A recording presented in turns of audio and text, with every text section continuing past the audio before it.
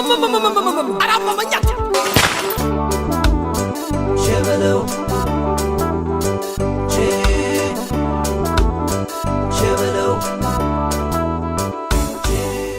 የተከበራችሁ አድማጮቻችን ስርጭታችን እንደቀጠለ ነው። ሰጠኝ የሻያው እንደምን ዋላችሁ? ደህና ነን።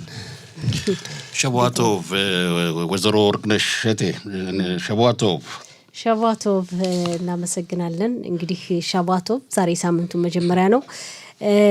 እንግዲህ እኛ ብዙ ጊዜ አዳዲስ ነገር በጣት ስርጭታችንም ያው ተመልክተናል። አሁን ደግሞ አጠናክረን ቀጥለናል።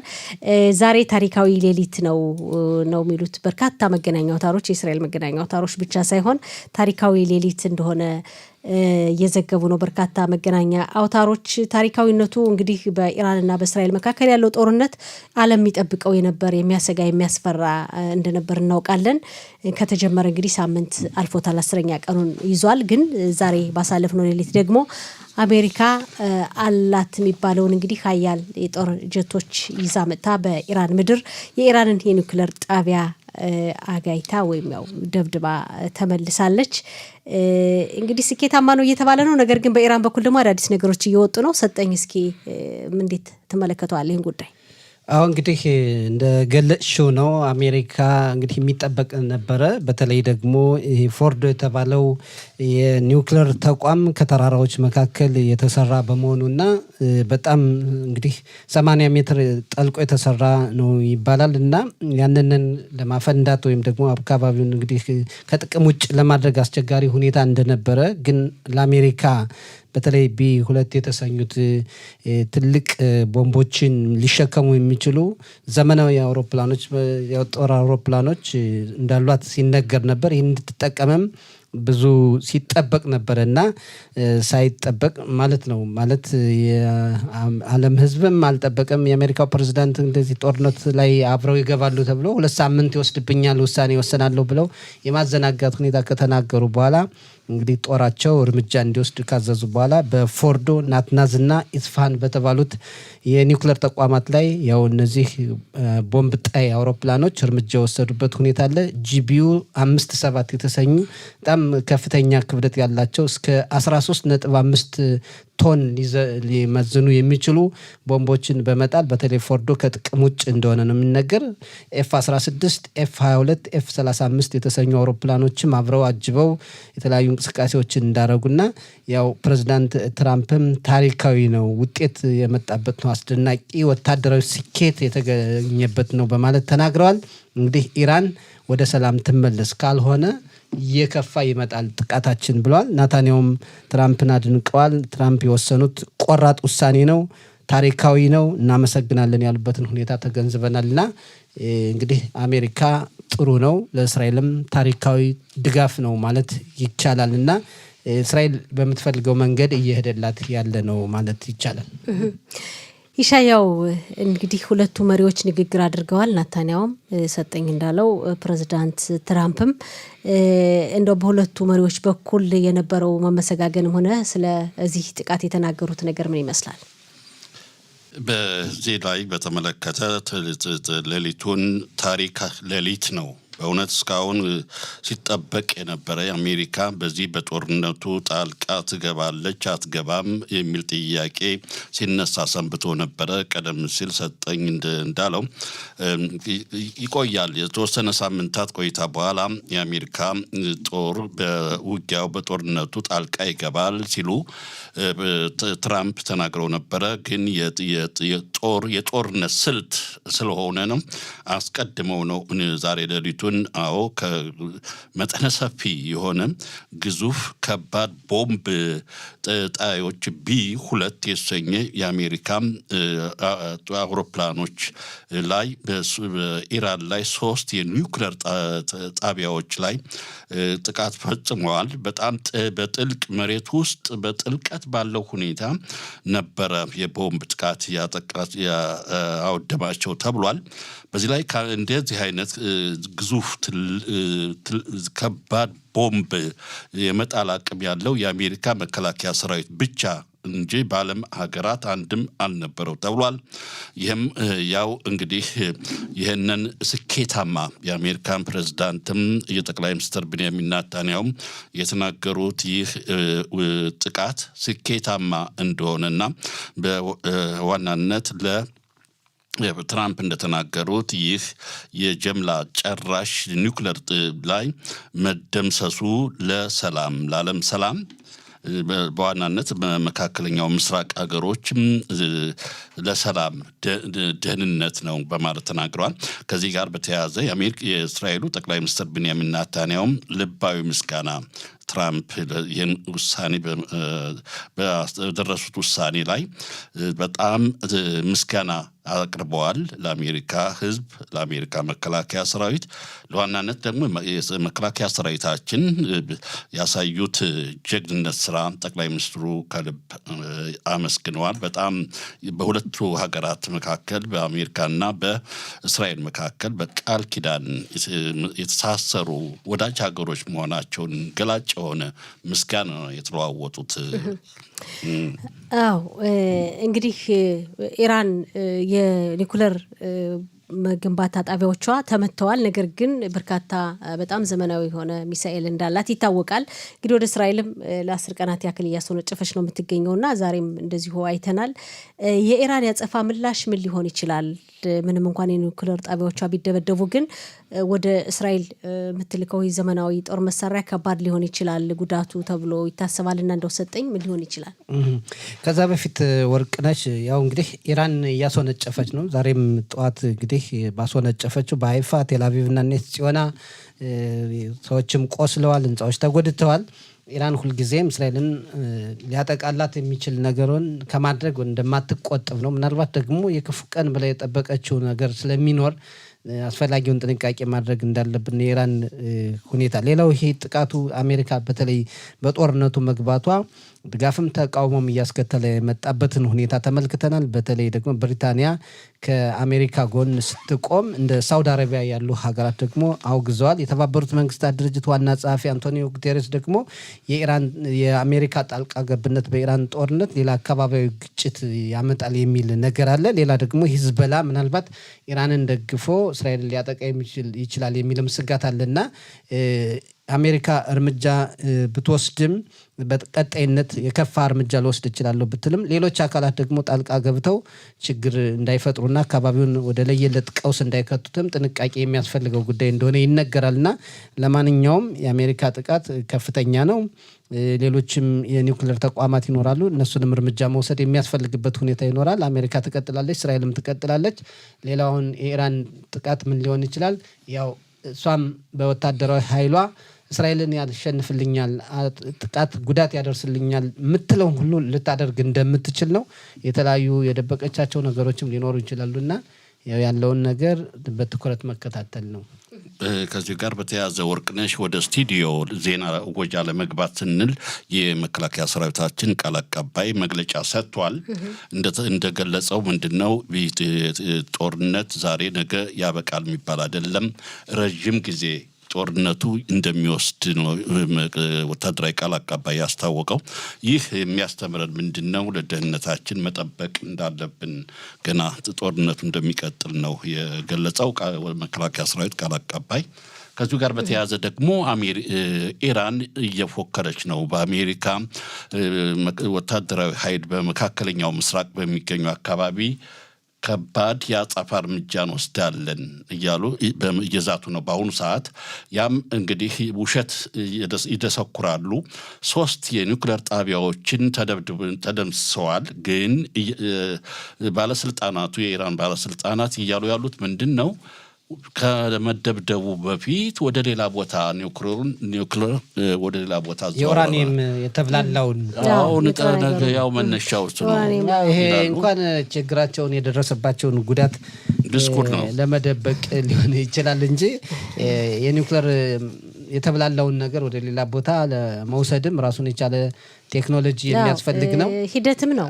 ሂደትም ያለው ነው። ሌላ ጣቢያም ሊያስፈልጋቸው ነው ደግሞ ለዛ ማጠራቀም። ግን አሁንም ኢራን አቅም ያላት ናት። ለ4 10 ዓመታት ሲገነቡት የነበረው ነገር ነውና ገና ብዙ ይቀረናል ማለት ነው። ኢሻያው እንዳለው የዚህ የአየር የጦሩ ቃል አቀባይ የሚሉትን በደንብ ተግባራዊ ማድረጋው ግድ ይላል። እውነት ነው። በአጠቃላይ እንግዲህ ጦርነቱ ከባድ ነው እንደተባለውም ጊዜ የሚወስድ ነው እና አሁን በእስራኤል ወደ 24 ሰዎች ነው የተገደሉት። በኢራን ደግሞ ወደ 400 እንደሞቱባት አስታውቃለች እና ገና እንግዲህ ሰላሙን ያምጣልን ነው የምንል። ጦርነቱ አላበቃም። ለማንኛውም ደግሞ እንግዲህ ወደ አዛው ጦርነት ስንመለስ በአዛ በኩልም እንደሚታወቀው ሰሞኑን እስራኤል ኢራን ላይ በሚካሄደው ጦርነት ያው ከፍተኛ ትኩረት እዛ ላይ ነበር። ይሁን እንጂ ደግሞ በአዛ በሚካሄደው ጦርነትም የመከላከያ ሰራዊቱም ሆነ የመረጃ ድርጅቶች አላረፉም። እንግዲህ ቀደም ተብሎ በተጀመረ ስራና በተገኘ መረጃ መሰረት በጋራ ሻባክና መከላከያ ሰራዊቱ ባካሄዱት ዘመቻ 3 አስከሬኖች የተጠለፉ የእስራኤል ዜጎች አስከሬኖች ተመልሰዋልና ዛሬ ወደ እስራኤል እንደው ይሄ ሁኔታስ መቼም ትልቁ ነገር ይሄ ነው አይደል? ከኢራን ጋርም እንዲዋጋ የተጀመረው የጥቅምት 7 የደረሰው ጥቃት ነውና እንደው የዚህ ጦርነትና ሂደቱስ ምን ይመስላል? ከአስከሬኖች መመለስ ጋር ተያይዞ ኢሻያው ካንተ እንጀምር። አዎ እስካሁን ከተጠለፉ 53 ሰዎች ነበሩ ሲባል ነበረ። አሁን የደረሰን ዜና ደግሞ ያው በዜና እወጃም ተመልክተሽዋል። 3 እስራኤላውያን አንዱም ወታደር ሌሎችም ሰላማዊ ወታደሮች ያልሆኑ ሶስቱም አስከሬናቸው አንዲት ሴት በ70 ዓመት ዕድሜ ክልል የምትገኝ እና ሁለቱን መከላከያ ሰራዊታችንና የሻባክ የመረጃ ድርጅት በመተባበር አስከሬናቸውን ወደ እስራኤል አስተላልፈዋል። እንግዲህ ያ ከሆነ የቀሩ 50 እስካሁን 50 ሰዎች በሐማስ እጅ ነው የሚገኙት። እነሱን ለመጨረሻ ጊዜ ለማስለቀቅ የመከላከያ ሰራዊት በአዛ ግንባር ያው ውጊያውን እንደቀጠለ ነው የሚነገረው። መቼ መጨረሻው እንደሚሆን ገና ሰጠኝ ጨምረው ነገር አውዝኝ። አሁን የተለቀቁት ያው በዜናም እንደተመለከተው የኦፍራ ኪዳር የዮናታን ሳማይራኖ እና የሻይ ሌቪንሶን እንግዲህ ሻይ ወታደር ነው ኦዝ በተባለው ክፍለ ጦር የታንክ ክፍል ኃላፊ እንደነበር ነው አዛዥ እንደነበር ነው የተነገረው እና እንግዲህ ጥቅምት 7 ቀን 2023 ዓ.ም 255 ዜጎች በጠቅላላ ተጠልፈው ነበር። እስካሁን እንግዲህ 205 ተመልሰዋል። ከዛሬ 3 አስከሬን ከመመለሱ ጋር 50 ይቀራሉ። ከነዛ መካከል 20 የሚሆኑት በህይወት እንዳሉ ነው የሚነገርና የእስራኤል መከላከያ ሰራዊት እንግዲህ በተለያዩ አቅጣጫዎች ስራውን አልፈታም ማለት ነው። የያዘው ጦርነት በመደበኛ ሁኔታ እየተካሄደ ነው። የጦርነቱ ግቦችም የተጠለፉ ዜጎችን ማስመለስ፣ ሐማስን መደምሰስ ነው። በአንድ በኩል እየተካሄደ ሌላ በኢራን ከባድ ጦርነት እየተካሄደ እንደገናም ደግሞ በሂዝቦላ ላይ እርምጃ የሚወሰድበት በሌላም አካባቢ ያለና ያው እስራኤል በተለያዩ ግንባሮች ውጥረት ውስጥ ብትሆንም ያው ቅዷን አረሳችም። ይህም በእውነት ሰራዊቱ ሊደነቅ ሊመሰገን ይገባዋል። በጣም አዎ እውነት ነው።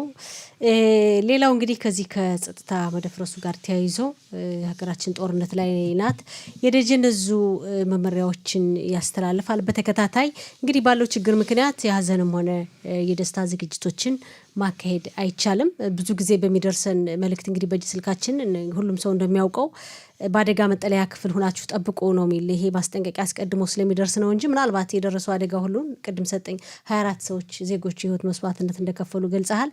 ከዛ በላይ ሊሆን ይችል ነበርና የደጀን ዕዙ ደግሞ ይህን ያህል ሲሰራ በዜጎች በኩል ይሄን ነገር ተግባራዊ ማድረግ ግድ ሊል ስለሚገባ በእኛ ማህበረሰብ በኩል እንዲሁ ሀዘንም ሆነ ደስታ ይደርሳል። እንግዲህ ይህ የማይቀር ጉዳይ ነው። እንዴት ነው ማስተናገድ ያለብን? ይሄን ነገር ቤተሰብ ይመጣል፣ 7 ቀን አለ፣ 30 አለ፣ ምን የሚለውን ነገር እንዴት ማየት አለብን? ከኢሻያውን ጀምር። ኢሻያው ምን ትላለህ? አዎ ማሳሰቢያው ለደን ያልሽው ትክክል ነሽ። እያንዳንዱ ሰው ለህይወቱ መጠበቅ በጣም አስፈላጊ ስለሆነ በዚህ በሀዘንም በደስታም ይህን ላይ ባህል አለን። በዋናነት በልቅሶ በሰባት ቀን ልቅሶ ብዛት ያለ ሰው ነው የሚሄደው። ለምሳሌ ነገ 7 ቀን ልቅሶ በአሽቀሎን ከተማ 7 ቀን ይሆናል ተብሎ ይጠበቅ ነበረ። ግን ቤተሰቦቹም በስልክ ደውለው አካችሁ በሬዲዮ አሳውቁልን 7ኛ ቀን አናደርግም አሉና ለ30 ቀን በተለያዩ ከተሞችም አለ ይሻያው ምናልባት አንድ ሰው ስላላገረ ይሆናል። እንደ ምሳሌ ወርቅነሽ እህቴ እንደ ምሳሌ ነው የምነግርሽ። እንደዚህ በ7 ቀን አይኖርም ወደ 30 ቀን ነው እንጂ ብለዋልና እንደዚህ በመሳሳይ ሁኔታ አሁን በሚዲያ በማህበራዊ መገናኛ አውታር በዋትስአፕ አማካኝነት ለቅርብ ቤተ ዘመዶችም ለሀዘንተኛ ቤተሰቦቹ ማሳወቅ በጣም አስፈላጊነት እንዳለው ነው። ለምን ይህ የሬዲዮ ስርጭታችን ከአየር ጋር በየጊዜው ለውጥ እያገደ ስለሆነ በዋናነት ህዝብን የደጀን እዝም ያወጣው መመሪያዎች አሉ የመሳሰሉትን መረጃዎች እያስተላለፍን ያለው አይደለም ሰጠኝ ስለሆነ በዚህ ላይ እንግዲህ ሰጠኝ በዚህ ዙሪያ አለ። አሁን ባልከው መልኩ ወርቅነሽ ብናነሳቸው ያው እንግዲህ ያለንበት ወቅት የጦርነት ነው። የደጀን እዙ የሚያስተላልፋቸው መመሪያዎች ባይቸው በኩልም ይተላለፋሉ።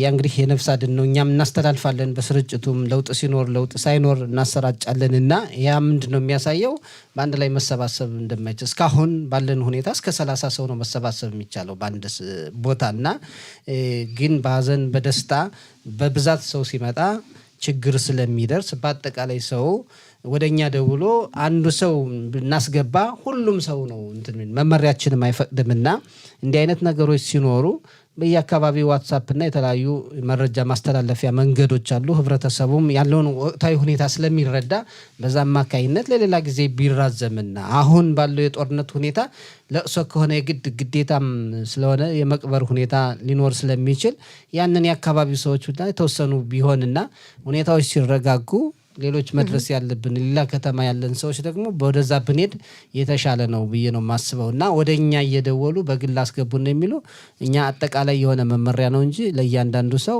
የሚደርሰውን ዛሬ አናውቅም ነገ አናውቅምና ለወታደሮች የበለጠ ቦታ የምንሰጠው የህይወት መስዋዕትነት የከፈሉ ለሀገርና ለህዝብ ደህንነት ስለሆነ ነው እንጂ ሌላው እንግዲህ በአጠቃላይ በማህበራዊ መገናኛ በተለይ አሁን ዋትስአፕ ትልቅ ድርሻ አለውና በቤተሰብ አንዱ ካንዱ ቢነጋገር ጥሩ ነው ለማለት ነው። እንግዲህ መጨረሻ ጥሩ ነው እንግዲህ ጊዜያችንም እየሄደ ስለሆነ አድማጮችን መቀበል ስላለብን የኛ ሰው አሁን እዚህ ላይ ምንድነው ለኛ ሰው በተለየ ሁኔታ የሚባለው ነገር ትንሽ እኔ እንደው አሁን ጥሩ አይደለም።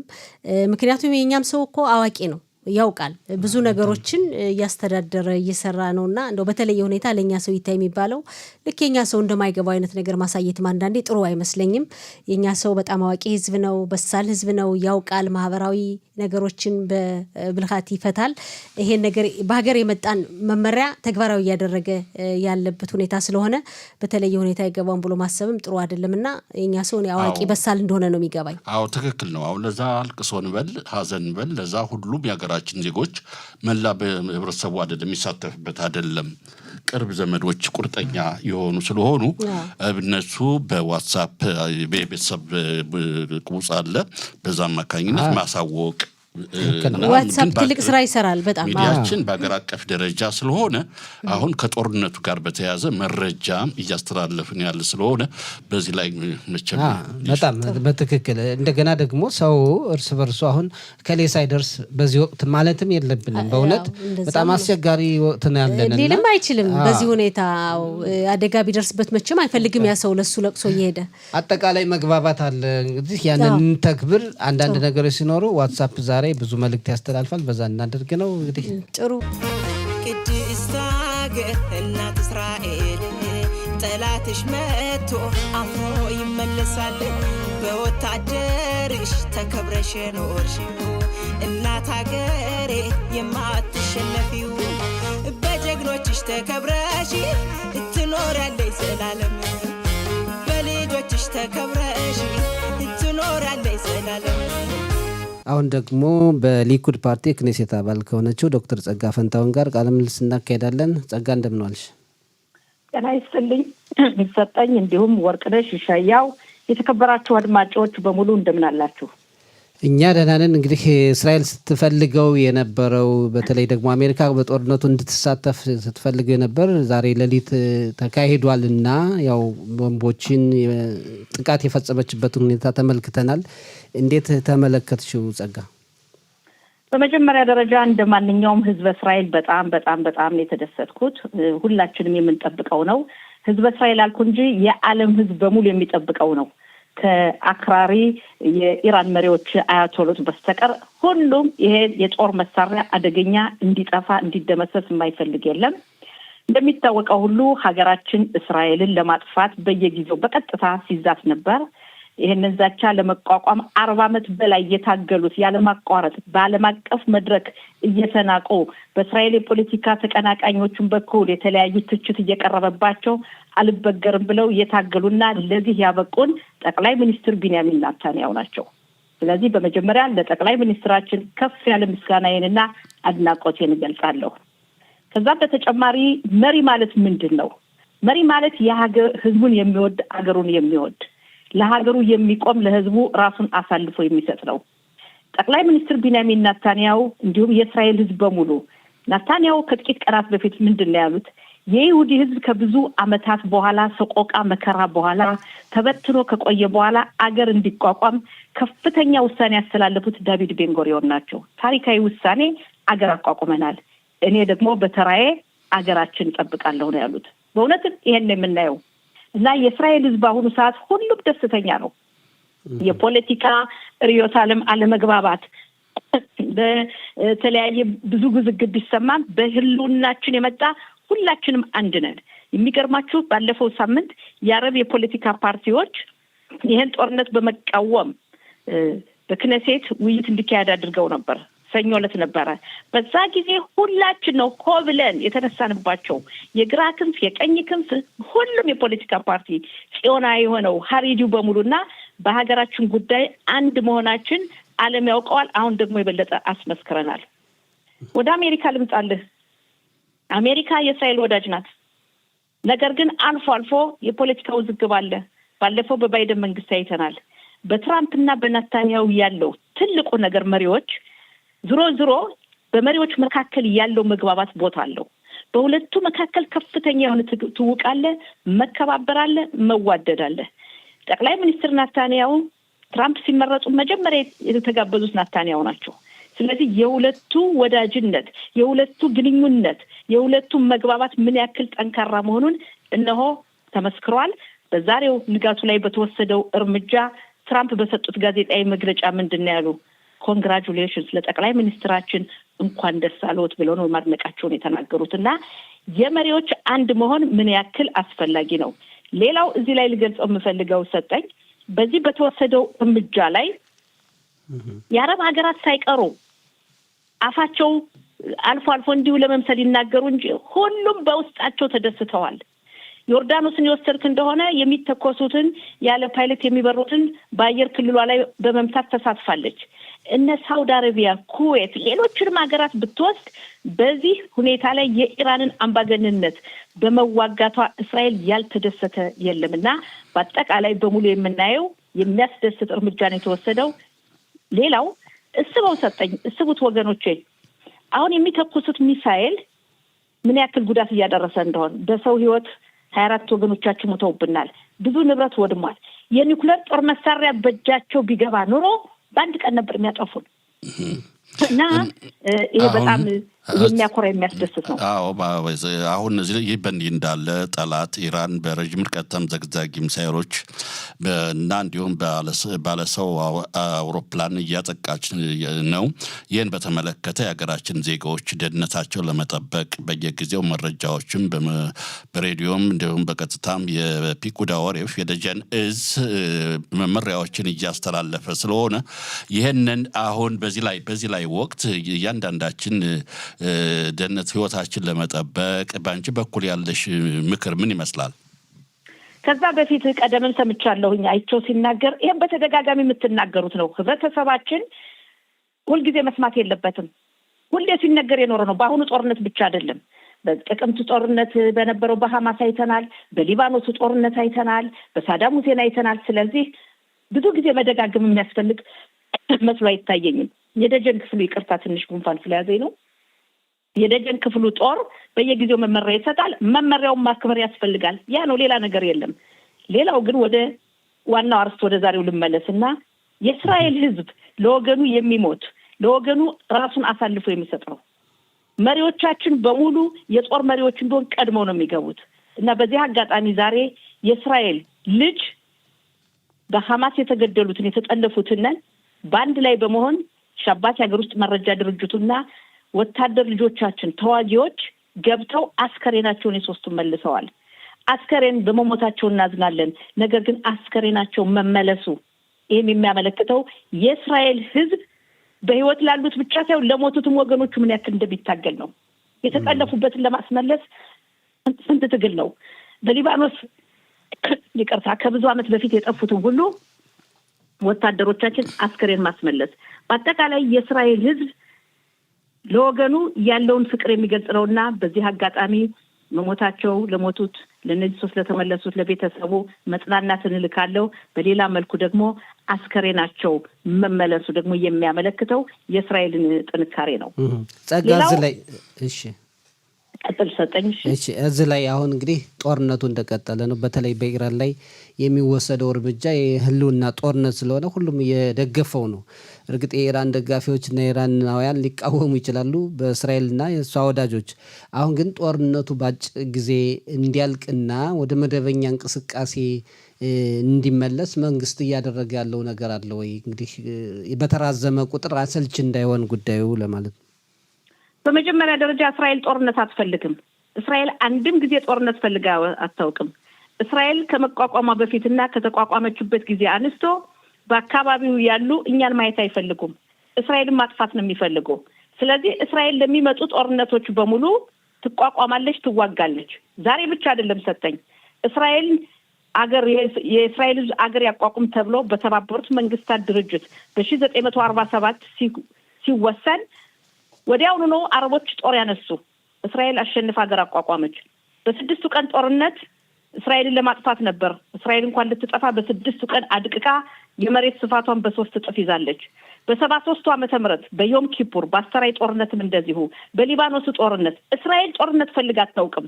ግን ጦርነት ስለሚመጣባት እኛን ማየት ስለማይፈልጉ እስራኤል የምትባል ሀገር እንድትኖር አይፈልጉም። የእስራኤል ሕዝብ በሀገሩ እንዲኖር አይፈልጉም። በውጭም ያሉትን እስራኤላውያን ተከታትለው መግደል ነው የሚፈልጉት። ስለዚህ የሚመጣውን ጦርነት የእስራኤል መንግስት ይቋቋማል። ስንት ጊዜ ይጨርሳል የሚለውን እኛ አይደለም የምንወስነው። እኛ የምንወስነው ለሚመጣው ራሳችን መከላከል፣ ወገናችን ህዝባችን መከላከል፣ ዳር ድንበራችን መጠበቅ፣ ዳግሚያ ስደት ለሚመኙልን እንደማይሆን ማሳየት ነው እንጂ እስራኤል የጦርነቱ ጊዜ ይሄን ያክል ቀን ነው 10 ቀን ነው 20 ቀን ነው ማለት አትችልም። ይሄው የአሁኑ ጦርነት አለ። የኢራኑ 10 ቀን እያስቆጠረ ነው። በ10 ቀን ውስጥ ይሄን ያክል ድል ይገኛል ብሎ የጠበቀ የለም። በአንጻሩ ደግሞ የሐማስ ሽብር ፈጣሪ ድርጅት ስለሆነ አገር ስላልሆነ በሴቶች በልጆች ቤት ውስጥ ተደብቆ ስለሚተኩስ ዋሻ ውስጥ ተደብቆ ጠልፎ ያዛቸውን ይዞ ስለሚተኩስ ለመዋጋት ቀላል ስላልሆነ የነዛ የተጠለፉትም ሆነ የፍልስጤም ህዝብ ሰላማዊ ዜጋ ህይወቱ እንዳይጠፋ በጥንቃቄ ጦርነቱ ስለሚካሄድ እነሆ ብዙ ጊዜ ጨርሷል። ስለዚህ ጦርነቱ መቼ ያልቃል የሚለውን እኛ ፈልገነው እስካልሆነ ድረስ መወሰን አንችልም። ዋናው ትልቁ ነገር የእስራኤል ህዝብ መጠንቀቅ አለበት። የሚሰጡትን መመሪያ ማክበር አለበት። ጦርነት ቀላል አይደለም። በጦርነት መሞት አለ። በጦርነት የህይወት መስዋዕትነት የሚከፍሉ ብቻ ሳይሆኑ በምጣኔ ሀብትም ሀገራችን ሀብታም በመሆኗ ጠንካራ በመሆኗ ነው እንጂ የተቋቋመችው። ሌላ ሀገር ቢሆን ኑሮ እንግዲህ ከጥቅምት 7 አንስቶ በሰሜኑ ሂዝቡላ፣ ከየመን ሁቲም፣ በደቡቡ ሐማስና ጅሃድ፣ በምስራቁ በይሁዳ ሰማሪያ ፍልስጤማውያን ባነሱት ጦር ኢኮኖሚካሊ ወይም በምጣኔ ሀብታት ትደቅ ነበረ። ነገር ግን ጠንካራ ሀገር በመሆኗ መቋቋም ችለናል። አሁንም የኛ ፍላጎታችን ሰላም ነው። ምናልባት በዚህ ምክንያት እነዚህ ኢራን ብቻ ሳትሆን ሌሎችም ሀገራት በአካባቢ የሚገኙ የአረብ ሀገራት ከእስራኤል ጋር የሰላም ውል እንደሚፈርሙ ተስፋ አደርጋለሁ። ጥሩ፣ በጣም እናመሰግናለን። የክነሴት አባል ጸጋ መላኩ እናመሰግናለን ለሰጠሽው ገለጻ። በተጨባጭ ሁኔታ ላይ የሁላችን ምኞት ነው ሰላም እንዲሰፍን ነው። ያው ጸጋ መላኩ እኛ ጸጋ ፈንታውን የሚል ስለለመድና ጸጋ የትኛውን ለወደፊቱ ስጠሩኝ ጸጋ ፈንታሁን መላኩ ፈንታሁን አባቴ ነው። መላኩ ደግሞ ያባቴ አባት ነው። እሺ ጥሩ። ስለዚህ ጸጋ ፈንታሁን መላኩ ብትሉ ደስ ይለኛል። ለምን በብዙ ቦታ የሚታወቀው በመላኩ ነው። በሸምሽ ፓካ የኛ ህብረተሰብ ደግሞ በአባት ነው። በአባቴ ነው የሚያውቀው እና ግራ የሚገባችሁ አንዱ አይመስለኝም። ለወደፊቱ ግን ጸጋ ፈንታሁን መላኩ ቢሆን የበለጠ ደስ ይለኛል። ስለጠየቃችሁኝ አመሰግናለሁ። ለህዝብ እስራኤል በሙሉ ሰላም እመኛለሁ። ለዓለም ህዝብ በሙሉ ሰላም እመኛለሁ። እዚህ ላይ አንዲት መግለጽ የምፈልገው በዛሬው ቀን ቀደም ሲል ያልሰማሁት የውጭ ሀገር ዜና የፈረንሳይ ሀገር ተወላጅ የሆነ የፈረንሳይ የእስልምና ሃይማኖት መሪ የሆነው የእስራኤል ህዝብ ምን ያክል ጠንካራ ነው በማለት እስራኤልን በማድነቅ በኢራን ላይ እስራኤል ወሰደችውን እርምጃ በማድነቅ የእስልምና እምነት ተከታዩ የሰጠው መግለጫን ብትመለከቱ ደስ ይለኛል። ይደርሰናል። እናመሰግናለን። መልካም ቀን። እናመሰግናለን።